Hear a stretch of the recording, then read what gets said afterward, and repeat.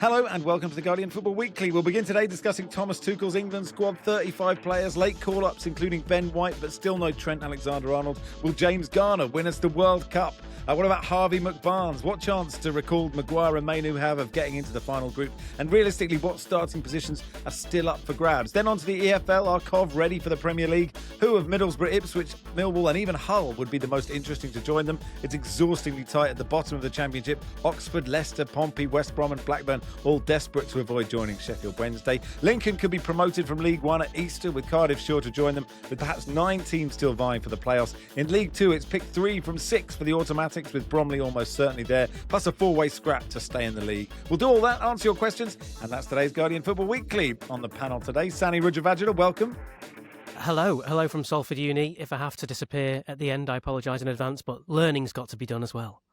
It absolutely has. What's the subject of today's lesson? Live blogging, and thankfully, and with my colleague as well, so she might start them off if I delay to talk Bromley. It'll be okay. It'll be all right. Right.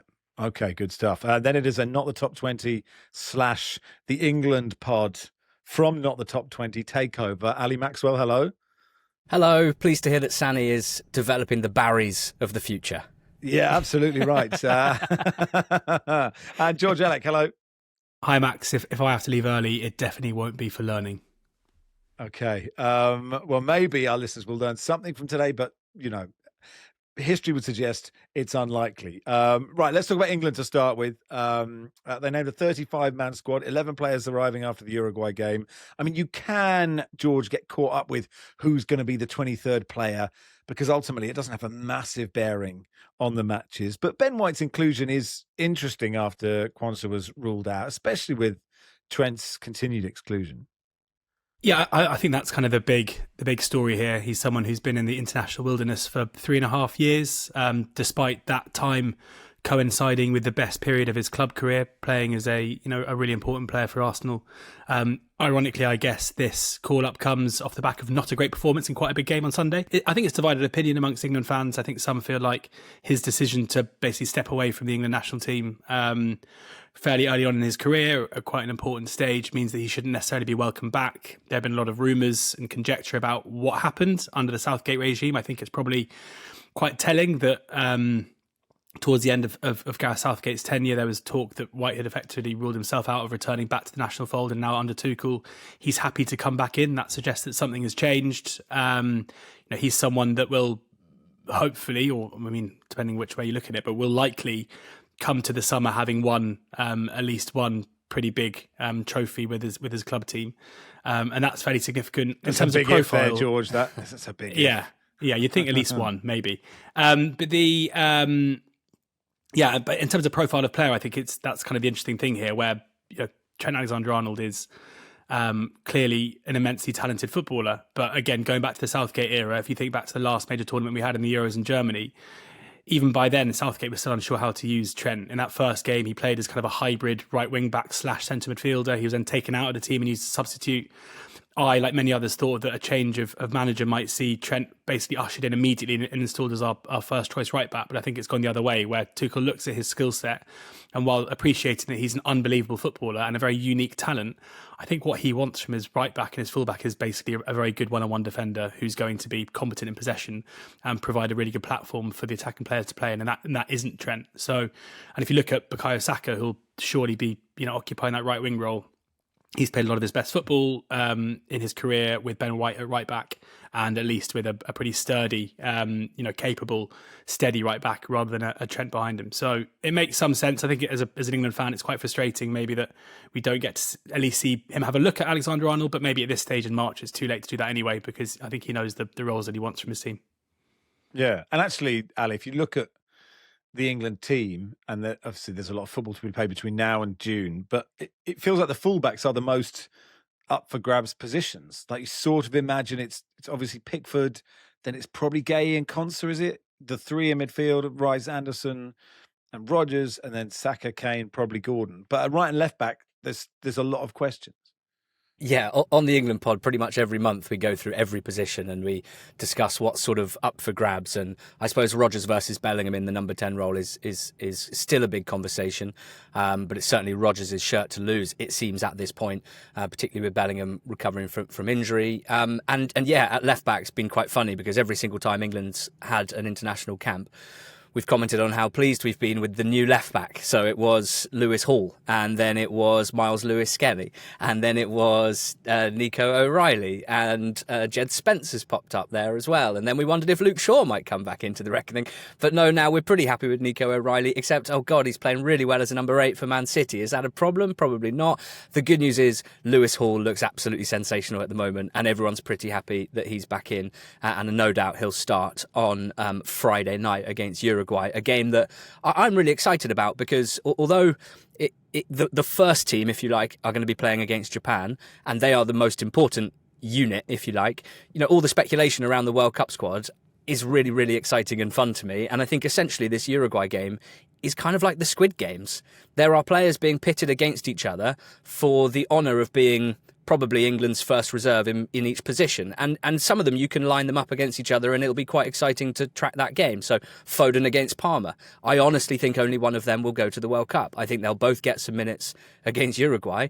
And therefore, every time they touch the ball, it's going to be quite important if they can make something happen, as long as they do their work out of possession. It's like a bad touch, you give it away, you get killed. You're out. You're not going to the US. Which, Sanny, is such a stupid way for anyone to play a football match, isn't it? I mean, I know that's what he has to judge it, but it's just ridiculous if, Cole Palmer overhits a pass, that's it. No World Cup for him. Yeah, it's the finest of margins, isn't it? You could be talking 15 minutes on a pitch to decide your entire career, but I don't know, I suppose better this than previous tournaments, right? Previous managers where they've just kind of arbitrarily cut to the number that you'll need for the tournament this early. I suppose why not keep it open and wide as possible? Yeah, a lot of discourse about the first game being like England B, essentially. And was it Chris Sutton many years ago turned down England B? He refused to play, yes. Yeah, he does regret it, does Chris. Yeah, well, yeah, absolutely. So I suppose, a good opportunity because you do never know. Trevor Sinclair all those years ago, 2002, came out of nowhere really. He didn't really have that chance and did really well. And he's kind of the exception of a player. Had a great World Cup, didn't he? He did. He did have a great World Cup. And that's the thing. And what was he? He came in for Danny Murphy, I think, was it? And Danny Murphy was himself a replacement, was it? Or something like that. Anyway, but if you've got enough players who are familiar with the setup and know what Tuchel wants, it does save you a lot of that legwork, doesn't it? So. Strange, really strange. Very, very sad for Trent, but yeah, I kind of like the idea of I'm a people pleaser. Let's not upset anyone. Let's just keep them all happy for as long as possible, and then absolutely break their hearts so they can't get to the World Cup. George, what do you make of James Garner coming in and the recalled players, Harry Maguire, Kobbie, Mainoo and Fikayo Tomori? I have to wonder in these cases if this is a direct knock-on effect of Tuchel having signed the new deal since the last squad. This is the first squad that Thomas Tuchel has named since he's confirmed that he'll be carrying on as England manager post the World Cup. I find it, hard to really believe that Garner's in particular is going to force his way into the reckoning. His club form is obviously brilliant, and if you're going to take the view that players can deserve a call-up, which is up for debate anyway, but I think he is someone that probably does deserve to be looked at by the England manager.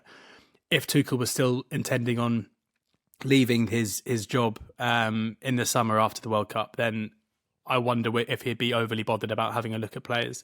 It suggests to me that he wants to, when he first joined as England manager, there were reports that he had made a huge list of all the players that were kind of in his pool of thoughts, and now maybe he's taking a look at some more of those in the knowledge he's going to be on for a longer period of time. But Tomori, he's someone who there's been kind of small clamour for him consistently over the last few years, given his form at AC Milan. Another player who I think, given we don't have immense depth at centre-back, it's important to look at. He's playing consistently at a very high level and is an important player for his club and is in good form too. So, again, I don't know.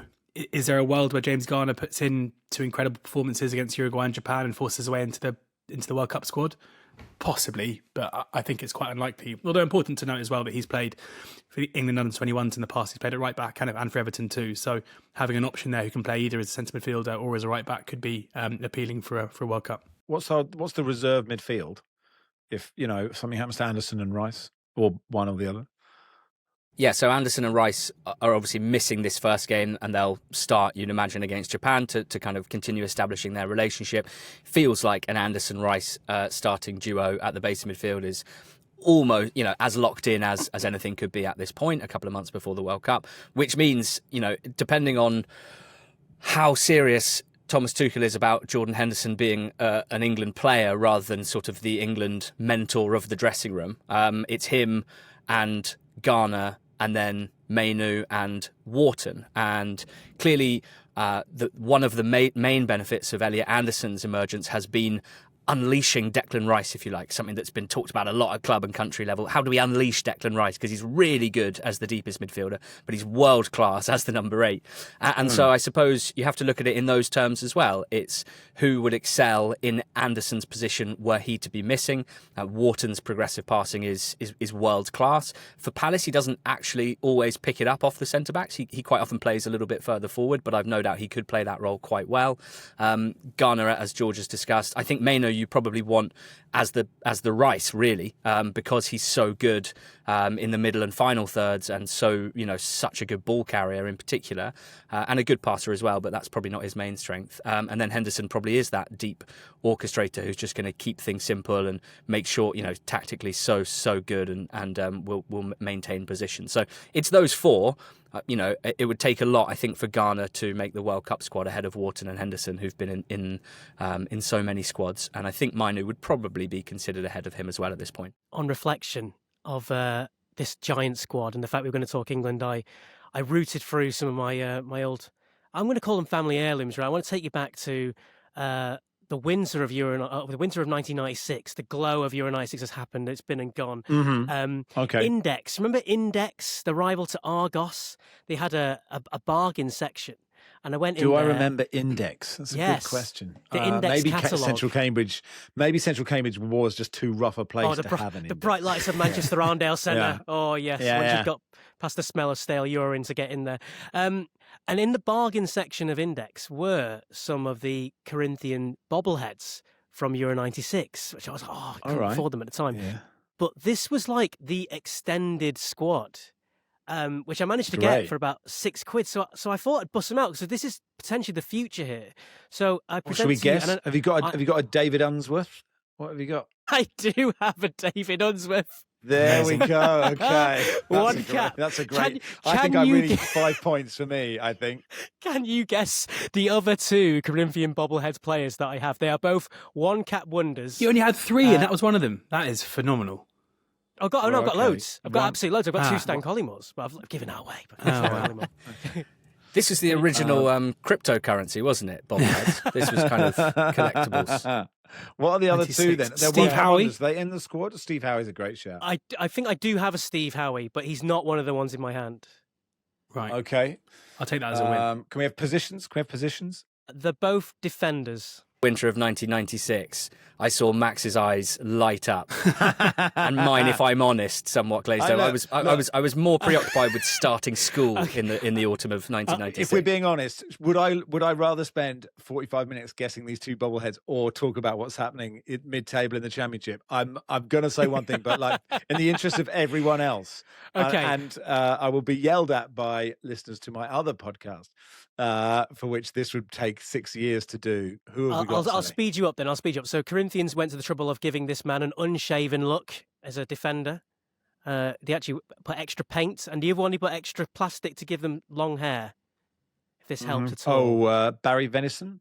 It is Barry Venison. Yes. Incredible. Okay. Great and stuff. the final one is Neil Razor Ruddock. So these players... Wow. These players had the chance to be the equivalents of a bobblehead, and they can live on forever. And 30 years later, a 40-year-old man will be looking forward to pass this Barry Venison on to his 7-year-old son. Very confused. But this is the future of these England players. They could end up, immortalised in some form. Sanny, I'm absolutely delighted you brought that to the table. Feels the right time to end part one, and we'll do the championship in part two. Welcome to part two of the Guardian Football Weekly. So the top of the championship looks like this. Coventry have 80 points, 9 points ahead of Middlesbrough on 71. Ipswich have a game in hand on 69. Millwall 69. Hull 66. And then in the race for the playoffs, Southampton in the final playoff place on 63. Wrexham have 63 and Derby have 60. So the question, Ali, on Coventry, I guess, is look, they had that blip, then they went on a brilliant run, won 6 games, lost to Southampton on great forms, but beat Swansea this weekend. How do you think they'll do in the Premier League? Always find this quite difficult because, we're talking about the team that, in terms of me and George's EFL podcast, the team that we talk about every week as being the best by miles. And so, to sort of pivot and go, well, actually, they'll probably be one of the worst next season. But history suggests that might be the case because the odds are so stacked against these teams. Essentially, as far as I can tell, from this season, we've had a good season, right? In that Sunderland and Leeds have competed really well. And how did they do that? They spent tens, maybe upwards of £100 million on massive, really fast guys who can run unbelievably quickly, sort of smash other players and, score either on the counter-attack or from set pieces, but not very much in terms of kind of open play threat. And so that, if that's the blueprint, will be tricky for Coventry. At the moment, they play very stylish, attacking, kind of 4-2-3-1, 4-4-2 type situation. They play through the thirds in the main. One of the reasons they've got better again, and so consistently over the last few seasons, but one of their big upgrades this year was just, playing for their physicality and attack. They do have 2 or 3 really impressive physical strikers, particularly Ellis Sims and Brandon Thomas Asante. So they have played forward quicker and they have been better sort of in transition, if you like, a bit harder to set up against. That was one criticism of Lampard last season, was that actually if you just sat in for 90 minutes, they might find it hard to break you down. But they've got over that this year. They've got Matt Grimes, who plays 90 passes a game at the base of midfield. He's like the kind of Xavi of the Championship. And there'll certainly be some questions about whether he can be anything like a Xavi in the Premier League. And if he can't, then they will have to change the way that they play because everything goes through him. They haven't been that incredible defensively this season. I'd say that they've had vulnerabilities on that front, and their goalkeeper has been one of the players of the season in the Championship, Carl Rushworth, but he's a loanee from Brighton, so possibly won't be with them next season. So there's certainly plenty of question marks heading up to the Premier League. They've got plenty of time to prepare for it, given that their promotion should be rubber stamped, early to mid-April. And what I should say is their recruitment team has been absolutely sensational for a really long period of time. Coventry's success is, a lot of it gets put down to the management of Mark Robbins and then subsequently passing the baton to Frank Lampard, who's taken them to another level. But deep down, it's been Coventry's success in the transfer market, both in buying players to contribute for the first team, most crucially selling them for lots of money, and then buying more players who make the team even better, has been remarkable. So I would like to think that recruitment team will make a pretty good fist of it. Whether they'll be able to spend as much money as Sunderland or as Leeds, I mean, that comes down to an appetite for risk, really, doesn't it? How impressed have you been with Lampard, George? And what's he done well this season? Yeah, really impressed. I was one of the many who couldn't really understand the decision to sack Robbins and appoint Lampard at a time where Lampard's managerial stock was pretty low. There's a big difference between the Frank Lampard we saw at Derby County and early on at Chelsea, where he was initially assisted by Jody Morris and now he's assisted by Joe Edwards. And there is a very clear style of play shift. Now, that might be Lampard's development as a coach, or it might be because actually, assistant coaches do a lot more than we as football fans normally give them credit for, because they are, often leading training and play a big part in how they set a team up. But Lampard's Coventry, his Derby side were just relentless presses, which often worked, but often would get played. The press would get played through quite easily. Now Coventry seem a much more well-rounded side, especially in possession, who often find ways to break a team down, who have no issue breaking down a low block. I think individuals have flourished under him as well. So he's done incredibly well. Like I think the decision to appoint him now looks like a masterstroke, and a managerial career that looked like it was spiraling a little bit is now back. He's going to be a Premier League manager next season by merit, not because he's Frank Lampard and not because some owner in the Premier League has decided they'd like to have Frank Lampard as their manager. So the tough part starts now, because there is a cycle that we see so consistently of teams like Coventry, like Middlesbrough, Ipswich were this team where they come up as a really good in possession side and they go to the Premier League and they realise that style of play means they're probably going to get relegated. And that either means that the manager who got them there in the first place is sacked, or the manager has to change their approach, which is what we've seen with Leeds this season, where Leeds, certainly out of possession, are a completely different side under Daniel Farke than they were in the Championship last season. And that is a manager in Daniel Farke who's paid the price for not changing the style of play twice with Norwich in the past. So it's going to be interesting. Lampard's had a job at Everton, so he's already managed a team who don't necessarily dominate possession in the Premier League, and it went okay for a while and then didn't go great. So the transition of style of play is going to be important, because, as Ali says, it's hard to see them coming up and being able to rely on players, like Grimes, to have as much impact up a level when they're not going to be able to play a high line and they're not going to be able to dominate the ball. Sanny, you were, and it's so tight below them. Middlesbrough in second at the moment, but Ipswich have a game in hand on them in third, and then Millwall, and I don't think you can discount Hull. You guys may want to discount them, but you, Sanny, before this, were listening to a Middlesbrough fan podcast. I did say it is possible to over-prepare, but what are they saying? Because Middlesbrough have 2 points from their last 3 games. I mean, this is the wrong time to drop off, isn't it? Yeah, once you've prepared for a pod by bringing a Barry Venison doll into the frame, you can do whatever you like then. The general feeling of fans is kind of similar to what I suppose we'd all kind of say, which is they've never really had an out-and-out striker, and they're creating all these chances, and now they don't seem to have anyone to put it in the back of the net. They're playing David Strelak up front, who the podcast mentioned that 2 Slovakian journalists had told them that is not actually a striker. I think he's got 5 goals this season, so that's not working great. Tommy Conway as well isn't that sort of player, and I think he's playing a bit more wide. So they are a bit worried, because it's absolutely the wrong time. The previous week I was at Sheffield Wednesday Ipswich, and that was the week where everybody dropped points apart from Ipswich, who accidentally have now become almost in the driving seats, and it's just that time of the season. And Borough, finally, I think maybe the failings of a squad that aren't quite, well, they certainly aren't at the level of Ipswich, for example, obviously, because Ipswich came down from the Premier League. What am I talking about? Hellberg's style of play of just, flood players forward has worked pretty well until they haven't got anyone to finish it off, and that's really kind of hurt them these last couple of games. And you think, have they got enough to get over the line? I don't know. I've seen Ipswich now not play great and still get results, and they've got players coming back. So, yeah, whereas previously we were like, Borough are the best of the rest. I'm not so sure anymore. And they play Millwall on Good Friday, Ali, who drew with Ipswich this weekend. I mean, I keep expecting Millwall to drop off because Millwall don't play in the Premier League ever, It's just, and that is just, in the same way I don't expect Tottenham to get relegated, even though they probably will. Do you think Millwall can keep this up? It's sort of incredible achievement from Alex Neil. Yeah, I think they can. I wouldn't necessarily have said that 2 months ago, but I honestly think when you get to this stage of the season, the way that they're playing, the second half against Ipswich on Saturday, they're 1-0 down at Portman Road in a game where, most people minded like you would go, okay, Ipswich 1-0 up at home, they'll probably win this. That might be the end of Millwall in the automatic promotion picture.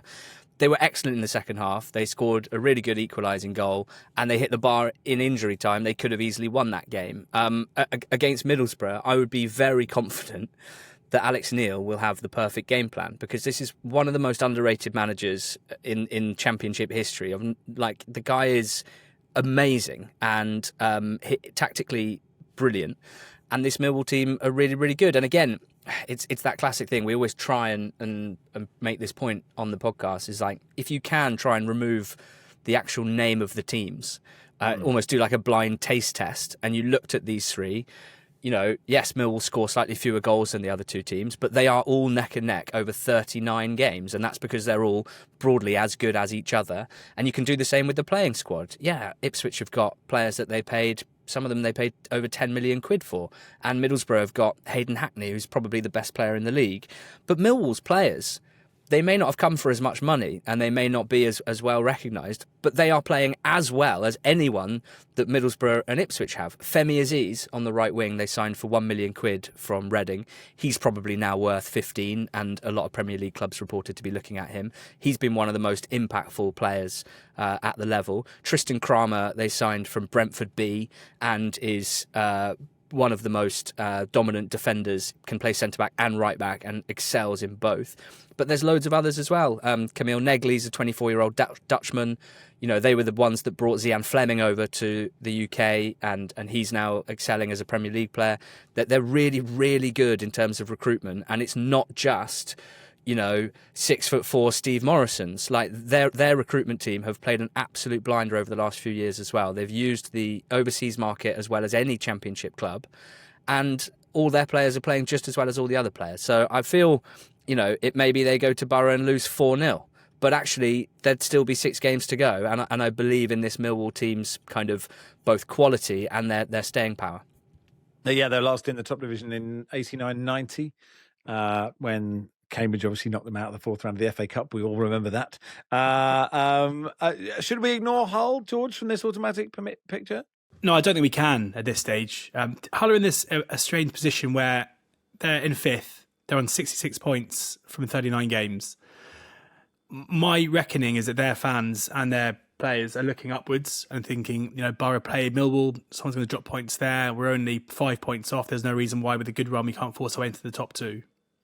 I also think that Wrexham and Derby, who sit 7th and 8th, who are 3 points and 6 points behind Hull, are probably looking at Southampton's form, who sit in between them, and their relentless winning run, and thinking, it's probably Hull that we can aim at here in Hull that we try and get past. So they're the team who, all season they've defied logic, they've defied the data, their underlying numbers, the XG and all that stuff has them as a bottom half team, but consistently they've proven that wrong. I would definitely say that there has been an uptick in their performance level over the last 10 games or so, where they're now putting in way more displays where they win games and deserve to win them, and put like a clear gap in quality over the 90 minutes between them and their opposition.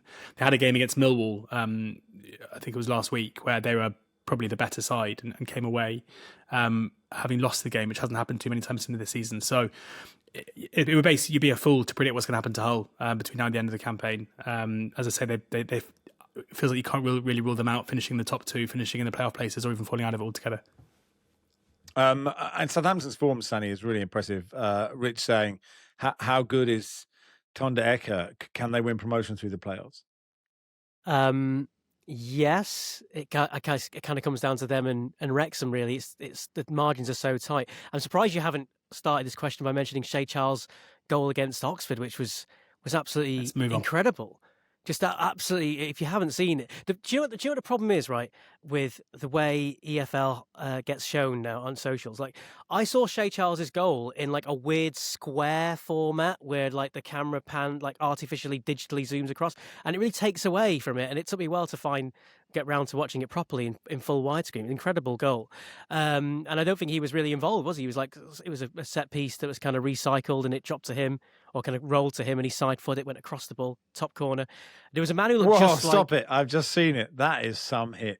Oh, it's incredible. That was some live blogging for your students. Yeah. That was, Well, when you get a chance to watch the replay a few times, there's a man who looks a little bit like John Bruin in a flat cap just behind the goal as well, in like a blue and yellow striped shirt, and he's really excited. I really wish it was John Bruin. I've done him a disservice now. But never that was knowingly incredible. Excited, I would say, John Bruin. Yeah. And I know the boys have been waxing lyrical on Shay Charles for quite some time, and he's not always been in the first team. But when you've got someone like that able to throw in, it's just exactly what you need. And I mentioned Wrexham. I've seen a lot recently, and three games actually, including at the weekend at Sheffield United. And they're to come from behind there. They are missing Kiefer Moore, because of what he does. And I think this season, Kiefer Moore's kind of really emphasised how much of a more rounded player is than maybe we gave him credit for. He's not just like a big target man. Like, go back to his Cardiff days, just standing up and boom it in. He did that at Sheffield United. But some of the goals he scored this season, some of his link play has been great. And missing him has meant Wrexham have been a bit more one-dimensional, kind of hit Sam Smith. And he's so strong. He's got so much pace. It's built like a barrel, but a really fast one. And that's caused quite a few issues. And Issa Kabore, who they've got on loan from Man City, is a fantastic player who whipped in the ball for the winner for Smith. And it's kind of between those two. I mean, Southampton have got a better goal difference. And I am also looking at Hull, who are incredibly efficient. But then you think, well, at some point they're going to come unstuck, and yet they haven't. And I've kind of grown a bit fond of this Wrexham side now. Maybe because they keep being nice to me. Maybe because I was nice to them on the pod last time. But it's quite difficult for them to catch Southampton. Do you think a professional footballer would take it as a compliment to be described as a fast barrel? I mean, maybe they would. He's a very good player, Sam Smith. I obviously watched a lot of him when he was at Cambridge. Now, Sanny, you were at the live from Wrexham with Rob and Ryan. Swansea's chief executive Tom Gorrin just said the club will raise concerns over television coverage of their game against Wrexham, with the EFL saying Wrexham were given priority at every opportunity. Rob McElhenney called being able to commentate on the game. It was that he wasn't the commentator on the main coverage, it's worth saying, was the most rewarding professional experience of his entire life, which will be a blow to the directors of Wolverine and It's Always Sunny in Philadelphia. What do you make of it, Sanny? Do you think Swansea have a point? I think you've got to remember that anytime you've got the home team doing something special, they're always going to be the story because they're the home team, right? It's all set up for them. But in this situation, I suppose, put my hands up. I was there reporting on the game for Sky Sports, and these guys were commentating. I think it was their production arm, and it's part of the documentary, and it was kind of a synergy with Sky. And David Prutton, who, by the way, I met for the first time, is the nicest man in sports broadcasting. What a lovely guy. Listen, I launched David Prutton, to be clear. I got him. I thought he was eloquent. I thought he was eloquent when he came on Instagram. I got him down to Talk Sport to co-host a couple of shows. They didn't pay him, so I gave him some petrol money. I gave him like 50 quid. I said, come on, I can't do this for nothing. Incredible. And now Prutz, I mean, he hasn't forgot, he'll still text. I don't know what you think, chaps, about this, George. Do you think this is about Prutz? Swansea? No, not about Prutz. Let's take Prutz out of this. But does Swansea have a point, or do we just have to go? It's part of the, I mean, it's showbiz, right? Showbiz is showbiz.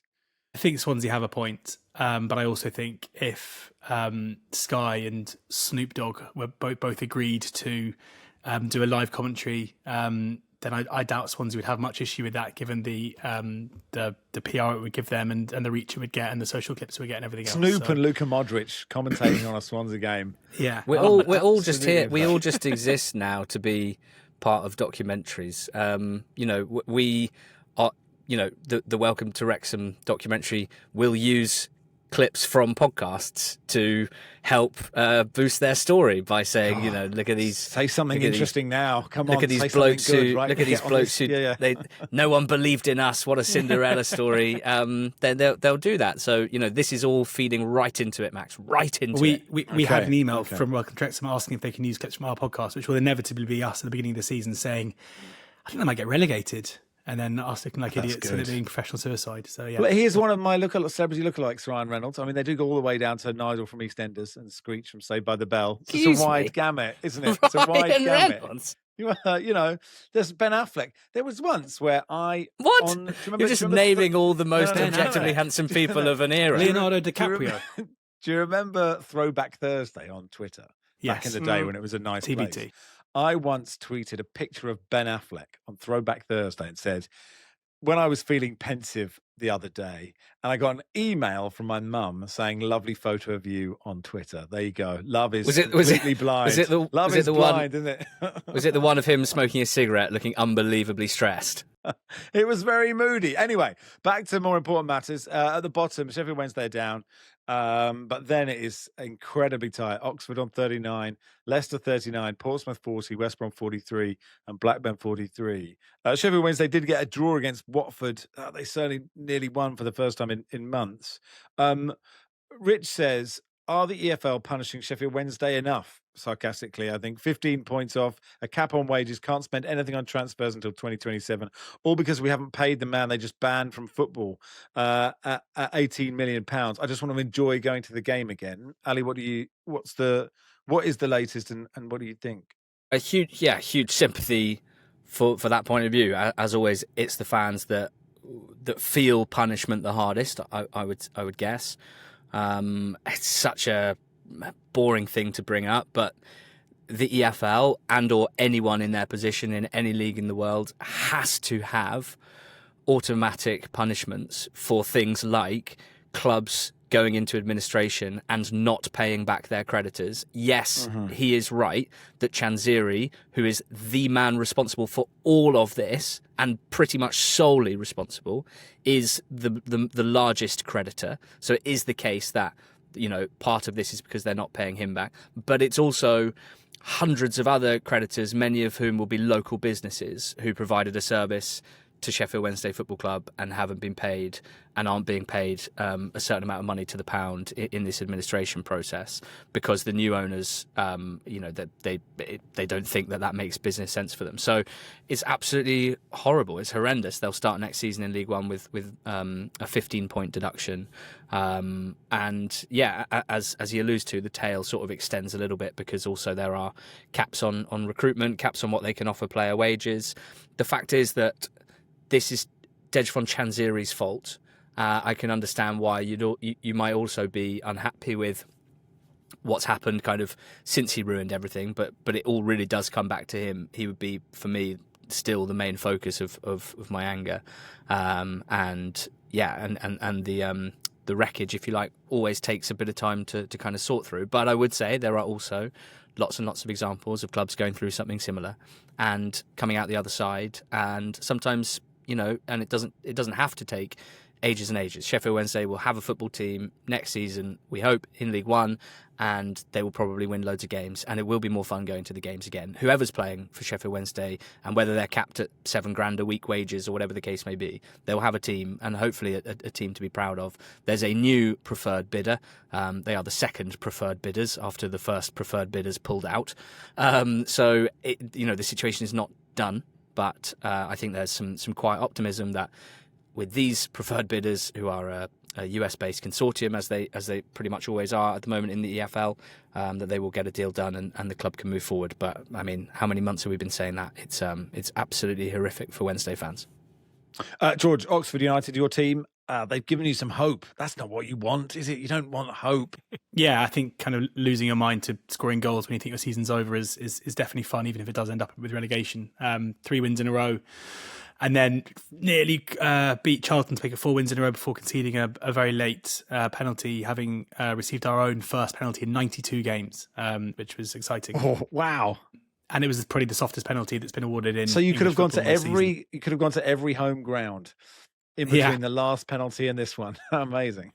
And got a penalty in the second half of the last game. It was, and then a defeat against Hampton, as you know, thanks in part to that goal from Shea Charles we discussed earlier. But it is tight. But as is always the way, or as seems to be the way at the moment, I always think it's a bit of a cliche and doesn't actually bear much truth that, towards the end of the season, teams towards the bottom suddenly kick on. But last season it happened, and this season it's happening again. And I think in part that's because some of the teams down there, certainly Leicester and West Brom, quality they've got within their squad, there's absolutely no way they should be down there. And maybe the shock of realising the position that they're in has meant that they've, certainly in West Brom's case, have really turned things around. So it's looking like Oxford and Portsmouth are probably the two most likely. Pompey were 1-0 up against Blackburn in a game 2 weeks ago, which if they'd won that game, I think they'd have been 7 or 8 points clear of the drop. They conceded a last-minute equaliser and since then have lost their next 3 games in a row, the last of which came as a 6-1 defeat against QPR. Things not looking great at Fratton Park, and it's going to be a big Easter weekend given that Oxford travelled to Portsmouth on Easter Monday. Leicester under Gary Rowett have, looked better more efficient from set pieces, but still not great from open play. They were good at Watford last weekend in a 0-0 draw. They were the better team and missed a penalty to win that game.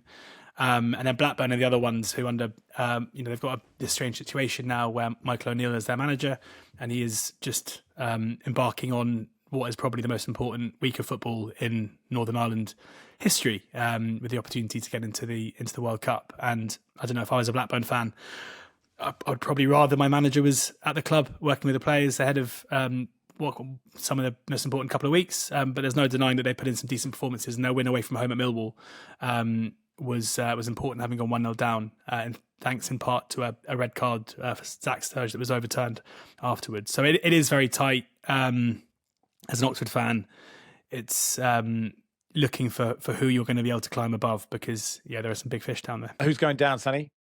Well, do you know what? I was just looking at the table and double checking what West Brom have got next, because the last two games, James Morrison's now in charge, and by all accounts has put a bit of a rocket up them, and it just decided to turn it on and smash Hull City 3-0, and then followed it up by an away win at Bristol City 1-0, and all of a sudden you're like, right, okay, they've got a huge amount of momentum, and after they play Wrexham, they then go to Blackburn Rovers. And Rovers, like Portsmouth, have only won 4 games at home all season. And I do start to feel that, I previously said here that I think Rovers will be okay because they've got enough youngsters who are good, because their academy is excellent, to kind of give them just a little bit more quality to get themselves out of this, even though, the owners haven't been investing. And to the point where, by the way, I posted a picture that went viral of Kim Hellberg in a H&M jumper. Yes. Yes, which was great. The Slow Snail Gardening Club, whatever. And what I noticed in the background as well is he's in the Blackburn Rovers dugout, and the Rovers badge on the second row of seats has worn away. And it's very symbolistic of where kind of Ewood Park and Blackburn Rovers are. It is fallen glories and all the rest of those cliches, but the investment in the squad and off the pitch hasn't been there. And that is never a good sign. It does feel like they're kind of circling the drain. Whereas someone like Portsmouth or Oxford are just, haven't quite got the quality there. And you kind of think, well, okay, a club that are in the doldrums versus somebody who's, arguably not got the strongest squad, but can get a bit of momentum. Can they do something? Maybe. I say that, Pompey got obliterated 5-1 was it 6-1? 6-1 at QPR. So perhaps not. So I think West Brom all of a sudden are turning it on. I'm so therefore worried about Pompey and Rovers. And I do have a soft spot for Oxford purely because of George. Like, I've got no other skin in the game. Yes. That. What a guy. What a guy. Yeah, they're on third, and it is important. They're on 39 points, and that's only 1 point above the drop, even though they are second bottom. And of course, Jim and Tom Rosenthal, and Timmy Mallet, amongst others. And Robin Cowan. And Robin, yes. Yeah, who presents the show every now and then. Apologies, Robin. Sorry, Robin, to put you below Timmy Mallet in my list of Oxford fans that spring to mind. Christian says, are the EFL regulars looking forward to visiting the Beyonce Go-Kart NFL Showcase Arena next season? Selfishly, Ali, how brilliant for you. And would it be brilliant for the EFL if Tottenham were in it? Yes. Yeah, I mean, the EFL will be buzzing. I'm pretty confident of that. Every game will be on a Friday night, though. Every game Tottenham will be Friday night. Tottenham will have some funky kickoff times, there's no doubt. And I'm looking forward to, I don't know, who's their celebrity fan that could co-commentate on some games on a red button. I'm not very good on my celebrity fans, but it'll be McIntyre. It'd be Madonna? McIntyre. Oh, of course it would. Well, he owns it all, doesn't he? What's it called? Fanalysis. Yes. The Sky Sports News situation owned by Michael McIntyre and his son and Gary Neville. Yes, yeah. And I don't understand, we'll talk about that at some point. I can't work out if that matters or not to the world.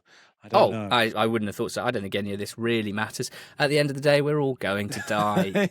But I might get to cover a few games at the Tottenham Hotspur Stadium, and I think everyone's excited about that. No, actually, one of my biggest sort of footballing icks is, and I would be careful what to say here, is when football journalists make a big deal out of like the buffet at a certain stadium that they're working at a game at and things like that. Yeah. So I can't be too hypocritical and say I can't wait to get the tube to an amazing stadium and enjoy the delights of the Tottenham press room. But I personally come from it from a point of view of the English football pyramid for me is so special because of its mobility, because of the fact that you can be Lincoln City and you can have been in the National League 8-9 years ago, and you can next season be playing in the Championship, and you can be rewarded for being really, really, really good over a long period of time, or even just having a good year. Like, that is quite clearly, when we boil everything down, the best part of English football is promotion,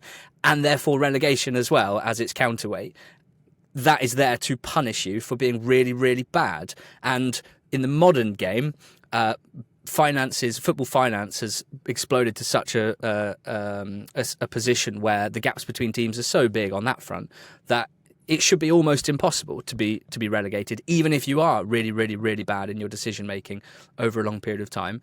And nothing to do with Tottenham, but I would be pleased to an extent that we could still have an English game where, despite having more money than all but 5 teams in the world, or all but 5 teams in English football, you can still be punished. You can still get relegated. You can still be demoted for being shambolic. I think that's actually quite important. So there you go. A rubbish start to the answer. No. And I think, like, ultimately we got to how I really feel. A standing ovation for the end of it. And that'll do for part 2. Part 3, we'll begin talking about Lincoln. Welcome to part 3 of the Guardian Football Weekly. So League One looks like this. Lincoln have 84 points from 39 games. It's extraordinary. Cardiff 77. And they are 11 points clear of the playoff places. Bolton 66, Bradford 65, then down to Stockport and Stevenage in the last 2 playoff spots on 60, and then Plymouth, Reading, Huddersfield and Wickham, the chasing pack. Dean got in touch on Twitter on Sunday to ask for more coverage of Lincoln, George. This run is just extraordinary, isn't it? I mean, we said it when they were second and Cardiff were running away with it, but they've just kicked on from there. Yeah.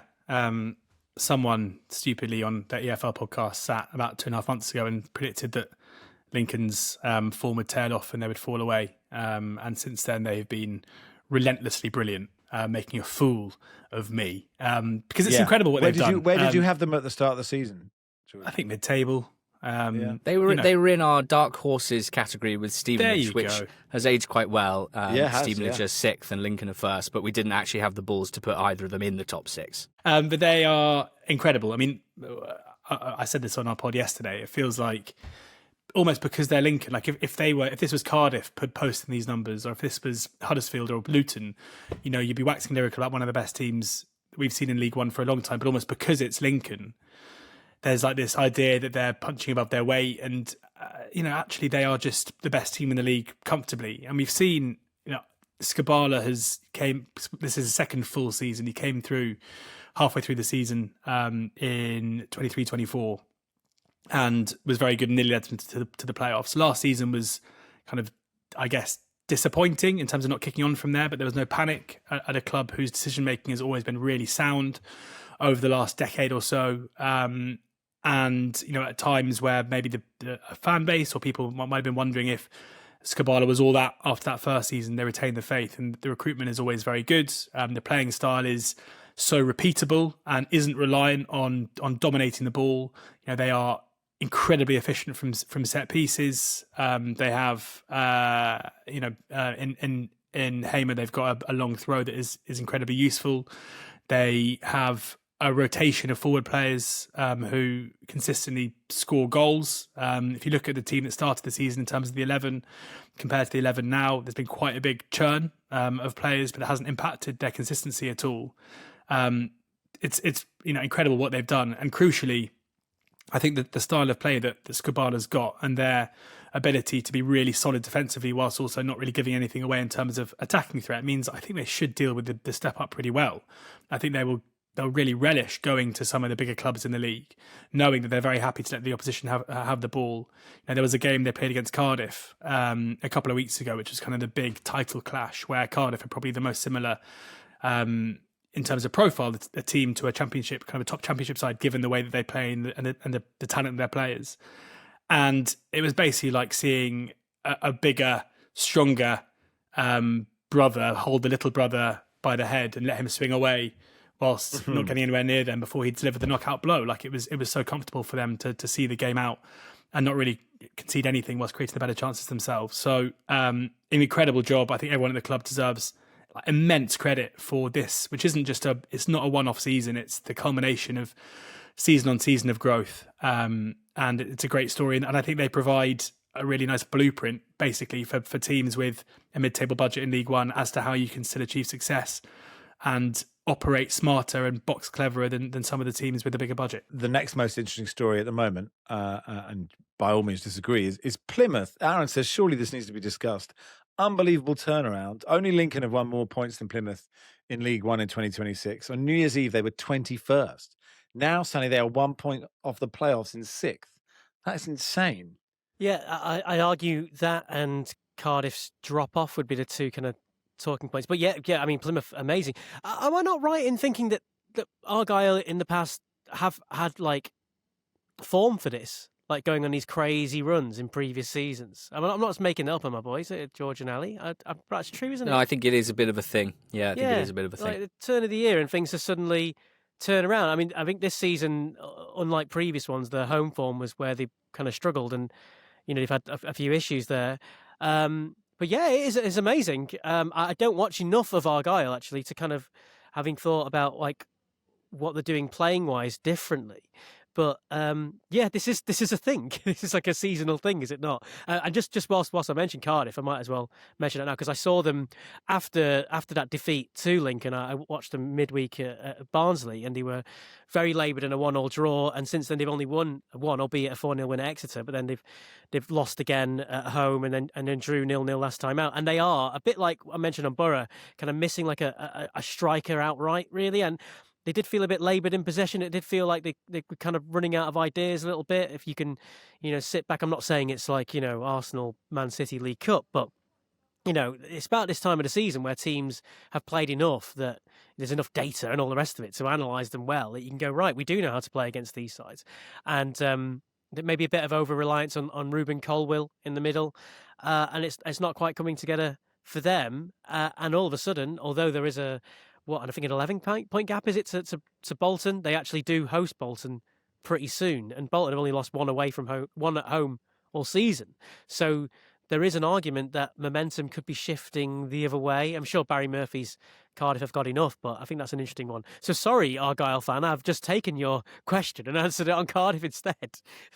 Go on, Ali, do some Plymouth for me then, Ali, unless you were going to say something else. I'd say that there's just a couple of things that probably, you know, unique to this Argyle story. One of them is at the point where they were 21st, you know, halfway through the season. And you should remember that they were in the Championship last season. So that the fans would have felt like they were, you know, ripe for a double drop, which would have taken them back to the level that they were at about 6 years ago when their ascent up the league started. As you can imagine, there was an awful lot of clamour for the manager, Tom Cleverley, to be sacked because in the first half of the season, they barely won a game. They lost loads. The team looked completely out of ideas. And instead of sacking him, they hired Derek Adams to be director of football. Derek Adams, very experienced lower league manager, including a former Argyle manager who won promotions with them, who had most recently been with Morecambe a few spells over the last 5, 6, 7 years, and took Morecambe out of League Two, but had not, to my knowledge, ever been a director of football or in that sort of role. They brought him in to help with recruitment, or to maybe look at the January window and kind of assess one or two obvious additions using his experience of in English football, and also I think to support Tom Cleverley and to be a sounding board and a mentor. And we always think that this stuff sounds like it might be a bit awkward, like, oh, he's been a manager before, is he going to want to eventually take Cleverley's job? And that was fair to bring up at the time, but sometimes I think it works out where someone gets to a point in their career where they really relish helping someone younger, giving their experience and their point of view, but hopefully, if all goes well, not treading on toes. I mean, it couldn't have gone any better. They signed Ronan Curtis in January, who's a 29-year-old sort of classic League One, League Two winger. And he's been unbelievable. And Argyle would never have signed a 29-year-old attacking player any other time in the last few years, because they've mainly been focused on kind of buying young and resale value and things of that nature. So Curtis has made an instant difference with his quality, but also with his mentality, I think. And they have, to be clear, some of their young players that they signed last summer with this idea that they would build assets in League One and try and kind of that sort of model. Some of them have come on really strong in the second half of the season as well, having struggled struggled in the first half of the season, to the point where Argyle now have 3 strikers who are all 23 and under. One of them, Laurent Tolai, they signed from Port Vale, is one of the best strikers in League One, currently injured. In his absence, Bim Peppel, who is a young Canadian striker, I think he's 22, that they brought in the summer, has been scoring more goals than practically anyone in the league in the last couple of months, and so now looks like a serious prospect.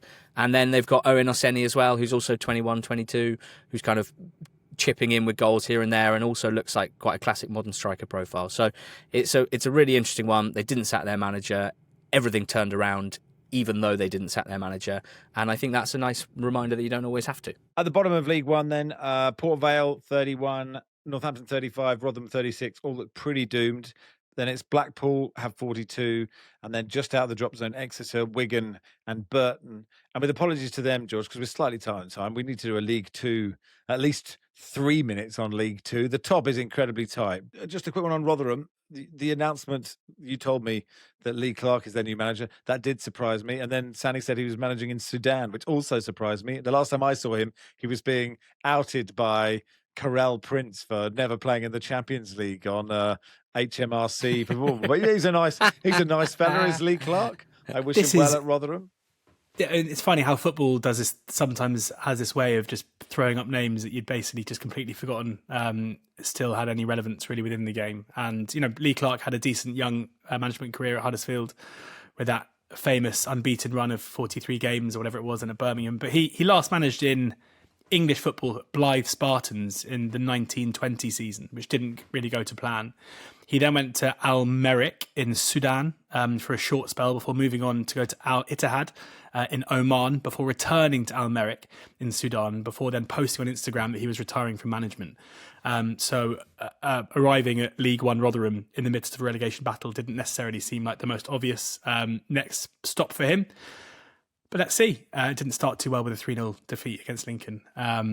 But yeah, Rotherham fans hoping that Lee Clark can come in from the wilderness to deliver them. When you said he last managed Blythe Spartans in 1920, it is a 1920 style team, isn't it? Blythe Spartans, like blimey, that is a stretch. Okay, then League Two, Ali. Mate, I'm sure Blythe Spartans won the FA Cup in 1920, didn't they? Probably. Well, that Lee Clark said he did, and then Karel Prince said, "I'm not sure." I'm not sure you did. Now, League Two, then Bromley are top, 79 points. MK Dons 74. The Mighty Youths have 72. Notts County 70. Swindon 69. Salford 67. And then Grimsby have 62. And Chesterfield, Crewe, Walsall, Oldham could all catch them. Ali, give us a nice, concise top of League Two roundup, please. Yeah, it's really strong. Lots of good teams picking up lots of points and turning this into a really exciting automatic promotion battle. There's obviously 3 automatic promotion spots. Interesting title race as well. MK Dons have been slowly chipping away at Bromley's lead, but Bromley haven't lost in 21 games. They've just gone over a year unbeaten at home in the league. They just keep getting it done. 1-0 win, 1-0 win, 1-0 win in their last 3 games. But it goes down to Salford in 6th. All of those teams still, including Swindon and Notts and Cambridge, obviously, definitely still all up for grabs in terms of the top 3. And then another group of teams between Grimsby in 7th and Barnet in 12th. That's 6 teams separated by 5 points going for what looks like the last playoff spot. So it's really, really entertaining. I mean, I wanted to throw to you, Max, give us from the heart, like, what does it feel like to be part of, right? An automatic promotion battle, which could see glory, but equally could tumble into the playoffs. And how are you waking up and checking the table every morning and just making sure that you know the gaps between all the teams and who everyone's playing? What does this feel like for you? Yeah. Well, there's one thing, which is we've only lost once since October, and it's mad that we're not miles clear at the top of the table. That is ridiculous. But it's now at the stage. I'm sure it's the same for any fans in this situation, where you're not just looking at your fixtures, you're looking at everyone else's fixtures, and then you're going back to remind yourself where they are in the table and who they've got. And really, you should just ignore it all and just, we are actually sort of. We've drawn a few games recently, but we are a good team. Like we have good players. We've got a good manager, Neil House, who is, probably too good for League Two. And it's just like incredibly solid. And young Max would have posters of Ben Knight and Kel Watts on his wall. Yeah, Ben Knight's story is really interesting, isn't it? Because Pep gave him his debut in the Charity Shield, and so I think we've talked about it before. It must be weird to recalibrate your own mind to he played every England level, kept Cole Palmer out of England teams under whatever, to then go, actually, this is what my level is. But he's slightly dropped off recently, but he had a run of just being absolutely brilliant. And yeah, it's nice to see somebody who can control a football. I'm always impressed when I see that. At the bottom, it's 2 from 4, George. And Barrow have 29, Harrogate 30, Newport 31, Crawley 31. What will happen? Any Tranmere fans listening to this podcast are saying, Max, it's 2 from 5, because they are really concerned about their current level of form. The managerial change, Pete Wild coming in, hasn't yet yielded the turnaround of fortunes that they would hope for. They're losing games consistently, and even though there is a gap between them and the chasing pack, I think Tranmere fans are worried that they're currently on 36 points, so they may finish on 36, 37, 38 points. But yeah, Crawley have decided to sack their manager, Scott Lindsay, who delivered promotion 2 seasons ago and basically re-signed the whole promotion team, but it isn't working this time. Claudio Lolos, Danilo Orsi not showing the kind of form that got them big moves off the back of that promotion season. And we'll have to see who they're going to turn to next in order to try and stay up. Barrow currently rooted to the bottom of the table, who are on their 4th, 5th manager of the season. This time player Sam Foley has come in. They were beaten 5-0 at Grimsby on Saturday, and their form looks really troubling. The two kind of, good news stories, I guess, in a way, are Newport and Harrogate, who are both kind of written off relegation back in September, but have done incredibly well to maintain their challenges. And Harrogate signed a host of new players in January, and they've looked far better off the back of that. Newport, under Christian Fuchs, have kind of improved, and they were at a hammer blow when conceding a 97th minute goal to Walsall at Walsall last time out to lose that game 2-1, but they're playing well at the moment. So I think the likes of Crawley and Barrow hoped that Newport and Harrogate would just be much worse than everyone else and they'd be able to coast to safety, but it's not looking like it's going to go that way. Lovely stuff. Sanny, go teach your people. Yes. Thank you. I should also give a quick flag, though, on Oldham Athletic, who are unbeaten in 9 and won 7 and are rocketing up the table. That's one to keep an eye on. But yes, I better go and teach some kids. I'm late for them. I better go. God, how good is it when your lecturer's late for class? That's like the best thing ever. For 9 o'clock as well. Sorry.